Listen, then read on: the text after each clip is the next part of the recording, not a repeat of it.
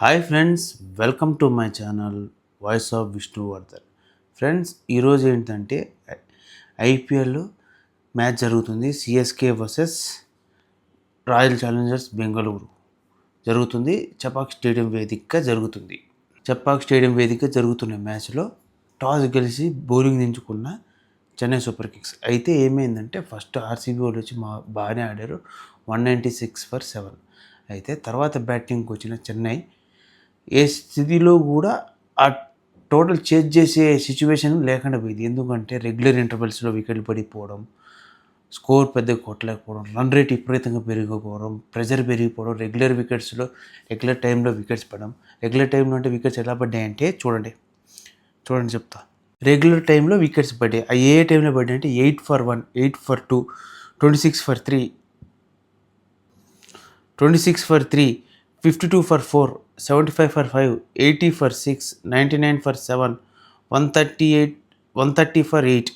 So అలా పడిన వికెట్లు. అయితే వీళ్ళు స్కోరింగ్ చూసుకుంటే ఒక రచిన్ రవీంద్ర 41 runs కొట్టారు, రాహుల్ త్రిపాఠి 5 runs, రుతురాజ్ గైక్వాడ్ 0, దీపక్ హూడా 4, శ్యామ్ కరణ్ 8, శివం దుబే ఇంపాక్ట్ ప్లేయర్గా వచ్చాడు 19 runs, Ravindra Jadeja 25 runs, Ravichandran Ashwin 11 runs, Mahindra Singh Dhoni 30 runs, Noor Ahmed 0. ఇక్కడ విచిత్రం ఏంటంటే మహేంద్ర సింగ్ ధోని 8th డౌన్ రావడం.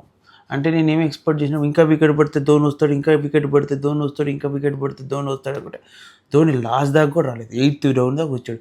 8th డౌన్ దాకా వచ్చినాక ధోనికి ఏజ్ ఫ్యాక్టర్ పనిచేస్తున్నట్టుంది. అది కొంతమంది ఫ్యాన్స్కి నచ్చచ్చు, నాకు కూడా చాలా బాధ అనిపిస్తుంది. ఎందుకంటే ఎటువంటి ప్లేయర్ ఎటువంటి మ్యాచ్లు ఆడి ఎటువంటి మ్యాచ్లు గెలిపించాడు. సో ఈ మ్యాచ్లో మరీ దారుణంగా ఆడాడు. పాపం నిదానంగా ఆడాడు, చాలా నిదానంగా ఆడాడు. అంటే ఆ స్కోర్ కొట్టాల్సింది ఎక్కువ ఉండే, ఆయన కొట్టలేదు. మిగిలిన రవీంద్ర జడేజా కొడదామనుకుంటే అవుట్ అయిపోయాడు. సో అది కూడా పనిచేసింది. మ్యాచ్ పూర్తిగా చేతిలోంచి వెళ్ళిపోయి ఆర్సీబీ గెలిచింది. ఓవరాల్గా 20 overs కంప్లీట్ అయిపోయేటికి 146 for 8. ఎవరు RCB Chennai super Kings 8 wickets కోల్పోయింది. సో అలా మ్యాచ్ కంప్లీట్ అయింది. ఏంటంటే ఇక్కడ ప్రాబబిలిటీ మనం అనుకున్న 80 to 90% గెలిపోయింది.